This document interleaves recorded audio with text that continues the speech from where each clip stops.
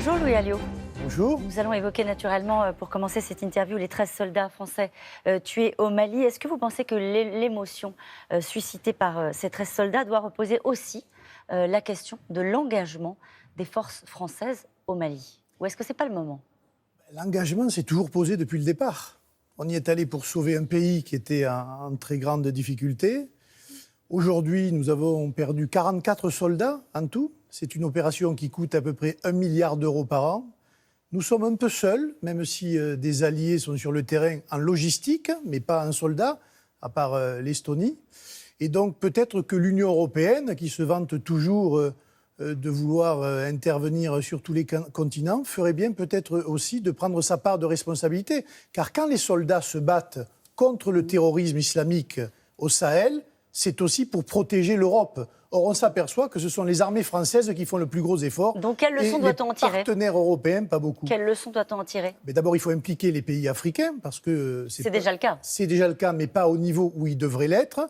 Il y a des pays qui jouent des jeux assez bizarres. Je pense à l'Algérie, notamment au nord. Il y a des Quel pays... jeu bizarre ? On sait très bien qu'il y a une zone grise entre l'Algérie et les autres pays où ils ne font pas le job, si je puis dire. Ils ne font pas la surveillance nécessaire qu'il faudrait pour empêcher les terroristes de passer d'une frontière à l'autre. Vous savez, moi, je suis allé visiter les forces Barkhane. Marine y est allée aussi au Tchad. Il n'y a qu'une armée locale qui est susceptible là-bas de faire son travail, c'est le Tchad. Les autres armées sont importantes, mais pas efficaces. Le Mali, lui, est en très grande difficulté.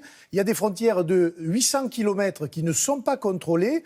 C'est un territoire grand comme l'Europe. Hein, exactement. Et ce ne sont pas les 4500 soldats français qui vont pouvoir résoudre le problème. Donc la question se posera. Voilà. La question se posera de quoi ? De retirer nos troupes ? De la présence française seule dans ce théâtre d'opération, face à une menace qui monte de jour en jour. Pour être sûr de bien comprendre, ce que vous êtes en train de nous expliquer ce matin, c'est que dans ces conditions, c'est-à-dire sans le support clair, assumé de l'Union européenne, nos troupes n'ont rien à faire là-bas ? Je n'ai pas dit n'ont rien à faire là-bas. Support financier et support humain d'autres armées, la France, à un moment donné, sera obligée de se poser la question. J'ai entendu le général Lecointre dire on y est pour 10 ou 15 ans. Ouais.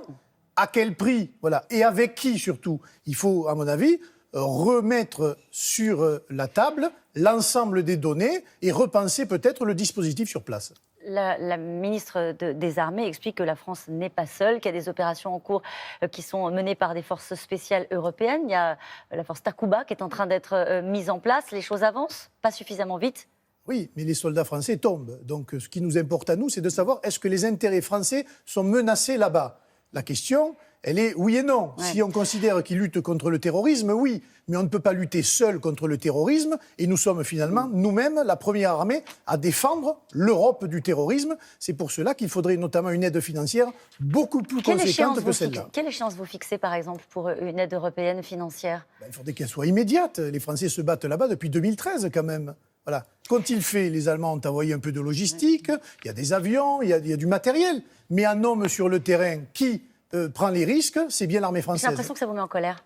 Ça ne me met pas en colère, mais si vous voulez, c'est tragique de voir des jeunes gens qui sont des enfants de France tomber au Sahel pour la France, certes, pour nous défendre, oui, mais quand on voit l'étendue qu'il y a de surveillance et les combats à mener, je trouve aujourd'hui que l'armée française fait beaucoup avec peu de moyens et que ses alliés européens parlent beaucoup mais agissent peu. Les agriculteurs en ce moment qui bloquent plusieurs axes routiers à l'entrée des grandes villes, ils contestent pêle-mêle les mesures contre les pesticides, le traité de libre-échange, l'agribashing, ils parlent de ras-le-bol. Vous êtes à leur côté ce matin ? Oui, bien sûr. Je pense qu'effectivement, on a une agriculture qui est très propre. Y compris sur la méthode, bloquer l'accès des villes ? Ça, c'est ce qui me gêne le plus, parce que systématiquement, on fait payer aux usagers de la route ou du reste, j'allais dire les colères sociales ou les colères économiques. Et ça, effectivement, ça devient gênant dans notre pays qui n'en peut plus. Mais voilà, je veux dire, c'est à la mode. C'est, je veux dire, une anticipation de ce que nous allons connaître le 5 décembre. Mais les revendications sont justes, comme le sont d'ailleurs les revendications du 5 décembre. Maintenant, alors, les Français... C'est la question qui est posée Français... au Rassemblement national. Est-ce qu'il faut être aux côtés des grévistes le 5 décembre, comme le dit sans ambiguïté Marine Le Pen, ou est-ce qu'il faut adopter l'attitude qui a plutôt toujours été celle du Front National et puis du Rassemblement national, c'est-à-dire en distance avec, par exemple, les cheminots qui vont défendre leurs régimes spéciaux? Il faut être aux côtés des grévistes sans pour autant cautionner l'attitude des syndicats.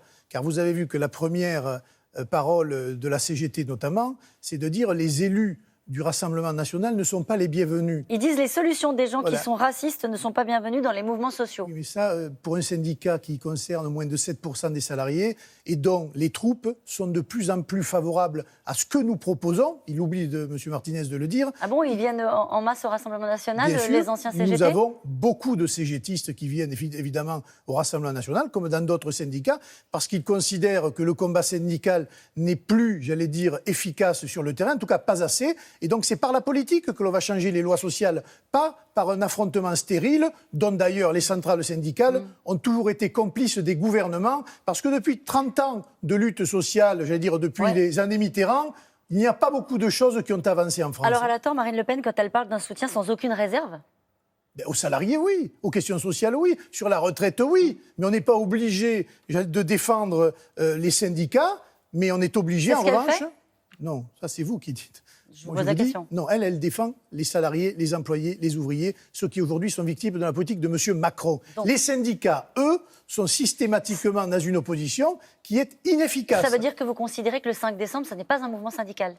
Le 5 décembre, je pense que c'est une colère sociale qui va être nationale, mais elle ne sera pas seulement syndicale, et c'est là où ça devient intéressant. Pourquoi vous vous présentez sans étiquette à Perpignan? Parce qu'il y aura des gens sur ma liste qui ne sont pas du Rassemblement national, que nous avons bâti un projet, et que c'est une équipe qui se mettra au travail pour remettre Perpignan, j'allais dire, sur pied. Et de ce point de vue-là, tout le monde sait très bien que je suis RN et je le reste, mais il y a des gens sur la liste qui ne le seront pas. Et on ne peut pas rassembler en gardant son étiquette RN? Une ville de 120 000 habitants, ça fait beaucoup de monde. Le RN est, le pilier principal, mais il y a d'autres milieux qui sont aussi très importants. C'est une liste de rassemblement et de défense des intérêts généraux. Vous savez, ça donne juste l'impression que vous prenez vos distances, que l'étiquette est encombrante pour gagner une ville comme Perpignan, qui est une des cibles principales du Rassemblement national. Ce n'est pas encombrant. La dernière fois, j'ai fait pareil, les médias ne s'en sont pas occupés. Je refais la même chose aujourd'hui, les médias s'en occupent. Personne ne croira sur le terrain, ni même dans la politique nationale, que je ne suis plus RN. Simplement, il y a une ville à sauver, il y a un projet à défendre, il y a une équipe à mettre sur pied, et cette équipe, elle sera pluraliste.